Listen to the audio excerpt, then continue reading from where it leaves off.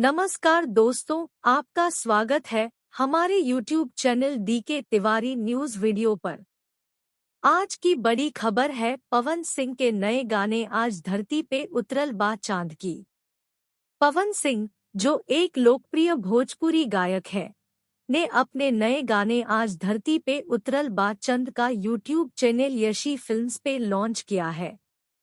इस गाने के बारे में जानकर आप खुश हो जाएंगे क्योंकि यह गाना आपको मनोरंजन और संगीत का आनंद देगा। इस गाने की वीडियो पर भी ध्यान दें क्योंकि यह गाना वीडियो के साथ आया है और शायद आपको उसमें कुछ दिलचस्प दृश्य भी देखने को मिलेंगे। पवन सिंह के नए गाने का आनंद ले और इसका आनंद ले।